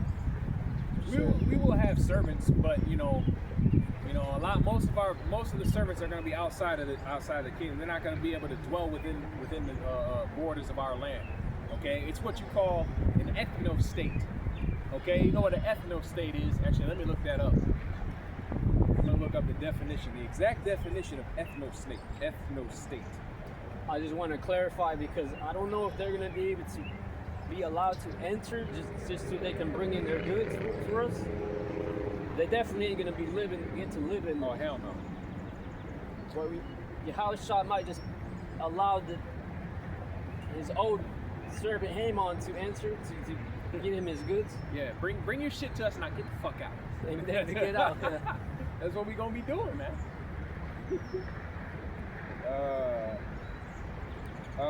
Right here I got the definition of ethno state is a country or political state in which citizenship, residency, and political power are restricted to members of a single specific racial or ethnic group. That's the kingdom of heaven, man. That's the kingdom of heaven. That's exactly what the kingdom of heaven is. It's an ethno state. If you're not an Israelite, you're not on this sign, you're not a descendant of one of these people, you ain't getting in, man. What's that, Revelation 12 gates? Let me get that. Yeah, I'm just looking at the view in our back. It's a beautiful view. You had a couple people just come up here to just look at the view. But imagine the views in our New Jerusalem, man. We're actually the animals are gonna be allowed to come in there, maybe live in there. Look at that, but you heathens ain't gonna be allowed to come in there. That's pretty crazy. Cause you done destroyed the earth, man. You're destroying the earth. You fucked this whole place up. Why would Esau have the luxury of being able to inherit the kingdom of heaven, which fucking, and that's why Deacon is going down, that's why Hassad is going down, because they were teaching that bullshit. Why would they have the luxury of being able to inherit the kingdom of heaven when they're the ones that destroy the earth? The scriptures say the Lord's going to destroy those that destroy the earth. We just read that in Revelation 11 right there, the last verse. Yep. I got what I was looking for. Right here. This is Revelation chapter 21. I'm gonna start at verse 12. I'll start at verse 11. Having the glory and the well, you just read this, didn't you? Yeah. Okay. But the 12 tribes, I want to get that gates part again. It says, and he had a wall great and high, and the 12 gates, and the gates of the 12 angels, and the names written thereon, which are the names of the 12 tribes of the children of Israel. That's the gates are the borders. Okay, you know how like you have down the coast, right? You have Oregon, you have Washington, Oregon, California, Arizona, right? And they're different borders. Okay, each gate represents the border of the land of that tribe. Okay, so Judah will have a border. Like, you know how you leave the state of Michigan, it says welcome to Ohio or whatever. That's our gate. Okay, each of these tribes right here, they're gonna have a border. They're gonna have their lands back. So like, you know, Michigan might be the tribe of Judah. Indiana might be the tribe of Levi, you know? Just as an example. Just as an example, you know, Gad might have the state of, you know, Tennessee or whatever. However they divvy it up in the kingdom of heaven, you know, each gate represents each tribe's land. And you ain't gonna be able to get in that land unless you're an Israelite, man. So, yeah, go ahead. And it says only those whose names, which that's a good point. I didn't think about it like that. About how we're gonna be divided it by lots. Yeah, only those whose names are written in the Lamb's book of the living will. It even says here. But going back to Revelation 21, the last verse in 27, but nothing that is impure will enter the city, nor anyone who does shameful things or tells lies. So even if you're a heathen, and we just speculating, we may allow you to come in to bring in your shit. If you've been going off, you're not going to be allowed. It's going to be our best slaves in the kingdom who are going to be able to enter in there to leave their stuff. A very temporary, short period of time before we get sick of your ass and kick you out. All right. We might not even know. I just speculate. We might not even let you in. You might bring your shit to the gate and leave, drop it right there, and we gonna have some sort of technology pick it up and bring it in. We might not let you even defile our air with your breath, man. Especially not no Edomite. No Edomite is going to be in there. They're going to be on the outside. They're going to be on the outside looking at Jerusalem. That's Luke 16. Because what did it say about Esau? He said there was a great divide, right? He was a great divide between paradise and where he was at. And he was looking, he's like, oh, please give me a drop of water. Dip your finger in some water and give me some. He's like, nah, there's a chasm between, you can't come in here, you know? We'll have some of the 2/3, maybe guerrilla Hebrews, we'll have them to go and pick their things up to bring them back to us. Yeah. This, you know, because the scriptures say, he that teaches to break the commandments in the kingdom of heaven shall be the least. That nigga, you gonna be the least, man. You gonna be the grunt. You gonna be all right, but you gonna be the grunt, man. Okay? You gonna be brought low because in this world, in this side, you in America, he's in America making all this money off the flock. At one point, I believe he was talking, and he was saying that he was making like $30,000 a month off of just like tithes and donations and shit. Nigga, now that means you got your reward on this side, and the next side is gonna be that is gonna be for the elect. You gonna be in the kingdom. You gonna be alright. You gonna have your spiritual power and all that, but you gonna be low in rank. You gonna be just a citizen. You ain't gonna be in the aristocracy. The tables. You ain't gonna be in the tabernacle of David. You know, you ain't gonna be in 144,000. That's gonna be a whole upper echelon of society in the kingdom of heaven, which is gonna be way more. You think about these celebrities today, right? Wherever these celebrities go, they got fans screaming, paparazzi fucking flashing and all that shit. Beatles. I remember the Beatles. The Beatles, man. Women just throwing themselves, women getting ran over by the fucking limousine because they fucking jump in front of the limousine trying to stop the limousine so they can get in the damn car. In the kingdom of heaven, the elect, the 144,000 is gonna be like that, but it's gonna be way more, and we gonna have chariots. We don't have no limousine. We don't have chariots, man. We show up anywhere, and the women are gonna scream. Give us your seed, please, please, give us your seed, make us ready, please. That's what they're gonna be like, man, in the kingdom of heaven. And we're gonna be picking and choosing. I'll take that one, I'll take that one, and that one. But the rest of them, tell them to go away, okay? I'm not feeling them today. All right, maybe next time when I come back. And then we're gonna blast off to another planet, man.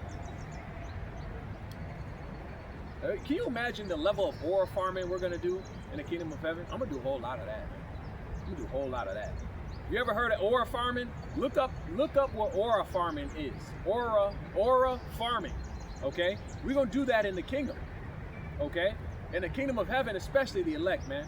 Yahweh Shai, shit. You know, we're gonna be the celebrities, man. You know? All right. Let me get one more.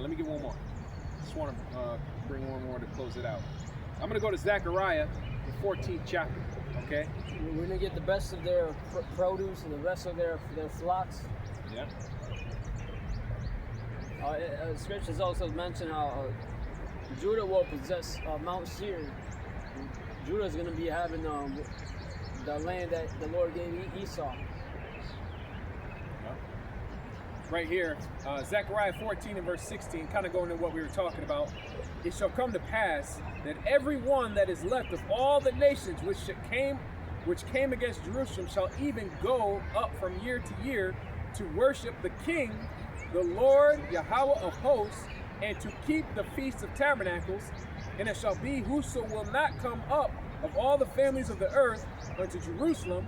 That means they're representatives. We're not going to have every single literal heathen come and try to get into the borders. It says, unto Jerusalem to worship the King and the Lord of hosts, even upon them shall be no rain.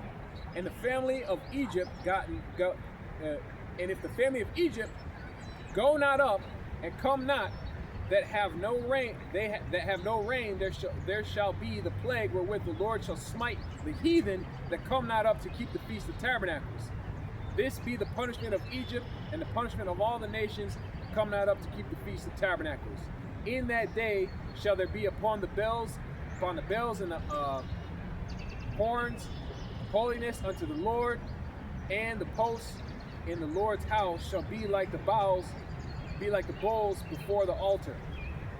It says, yea, every plot in Jerusalem and in Judah shall be holiness unto the Lord of hosts, and all they that sacrifice shall come to take them and see therein. And in the day that there shall be no more the Canaanite in the house of the Lord of hosts. So that's what's going to happen, man, in the kingdom of heaven, man. We're almost there. It's almost time for the Yahweh to come back and destroy this fucking place, man. Destroy you niggas and you Edomites. All right? You want to close out there? Yeah, all we got to do is wait. That's right. And then we're gonna be able to enjoy the rest of our lives in paradise. For eternity. Right. Have your own plot of land. Big ass plot of land too. It ain't even like a plot. It's like a whole, like you gonna get a whole like country. Whole downtown. Shit. No, downtown. No, that's gonna be your palace. Shit, brother. Our brother's gonna get a whole state, man. You know, a planet. Think about it. We going out into the cosmos. We going out. We gonna get other planets. You know, we gonna get all that stars. Shit. You know, Yahweh Shemel Shai, scriptures say, I have not seen nor ear hath heard, nor hath entered into the heart of man what the Lord God has prepared for them that which have loved him. All right, roughly paraphrase. So we can't even imagine what the Lord has got, okay, for his men, especially his top men, the teachers, man. Starting with Elder Apostle Tahar on down. Those men, I can tell you right now, I perceive in the spirit, all the elders and the apostles of the Great Millstone, those men are going to receive a mighty reward, man. A mighty reward. You talking 30, 40 years in the truth, bringing out the names of Yahweh Shemel Shai, and bringing out the judgment of the heathen in the kingdom of heaven. Man, you're about to get a reward, okay? Those men are about to receive a reward, okay, that's worthy of the name of Yahweh Shemel Shai. All right? Go ahead.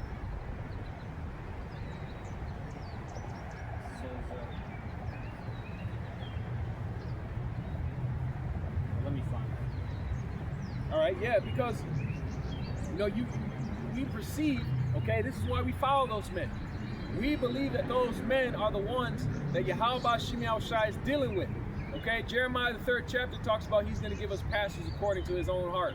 All right, and those pastors and those teachers and those preachers, those prophets are Elder Apostle Tahar on down. Elder Apostle Gabar, Elder Apostle Ramlat, Elder Apostle Ka, okay? All the bishops as well. You know, got it. Second Ezra 7:3, and I said, speak on my power. And then said he unto me, the sea is set in a wide place that it might be deep and great. But the case, the entrance were narrow and like a river. Who then could go into the sea to look upon it and to rule it? If he went not through the narrow, how could he come into the broad? The broad is the kingdom. The narrow is hell right now in the persecutions, tribulations. There is also another thing. A city is builded and set upon a broad field, and is full of all good things. The entrance thereof is narrow, and is set in a dangerous place to fall, like as if there were a fire on the right hand, and on the left a deep water. And one only path between them both, even between the fire and the water. So small that there could but one man go there at once. Jumping down to 42, and he answered me and said, but this present life is not where much glory doth abide. Therefore have they prayed for the weak. But the day of the Lord shall be the end of this time, and the beginning of the immortality for to come, wherein corruption is past, intemperance is at an end, infidelity is cut off, righteousness is grown, and truth is sprung up. Then shall no man be able to save him that is destroyed, nor to oppress him that hath gotten the victory. That's right. There you go. Ezra saw that kingdom. And we got to see that kingdom too. Right, we got to see it, man. We got to visualize it. Every single day I think about the kingdom of heaven. You know? Yeah, brother have stones in his certain palace where he's. Brother mentioned how in the New Jerusalem, the city of where the glass is gold. Judah's gonna have his side, their part, their plot. Issachar's gonna have their plot. You're gonna be able to go and just by looking at it, seeing, oh yeah, that's more of Judah style. Yeah, I know that's Judah. Yeah. Or looking at Natalie. Oh yeah, that's more of Natalie style. Yeah, I know. Because each tribe is like each tribe got a stone. Remember the priest's garment had the 12 stones on it. Each represented the 12 tribes of the nation of Israel. So each tribe is different, but they're all still the same nation, man. You know what I'm talking about? Brothers are gonna be able to be on the chariots and float through the galaxies, just cruising around inside your chariot. Yeah. And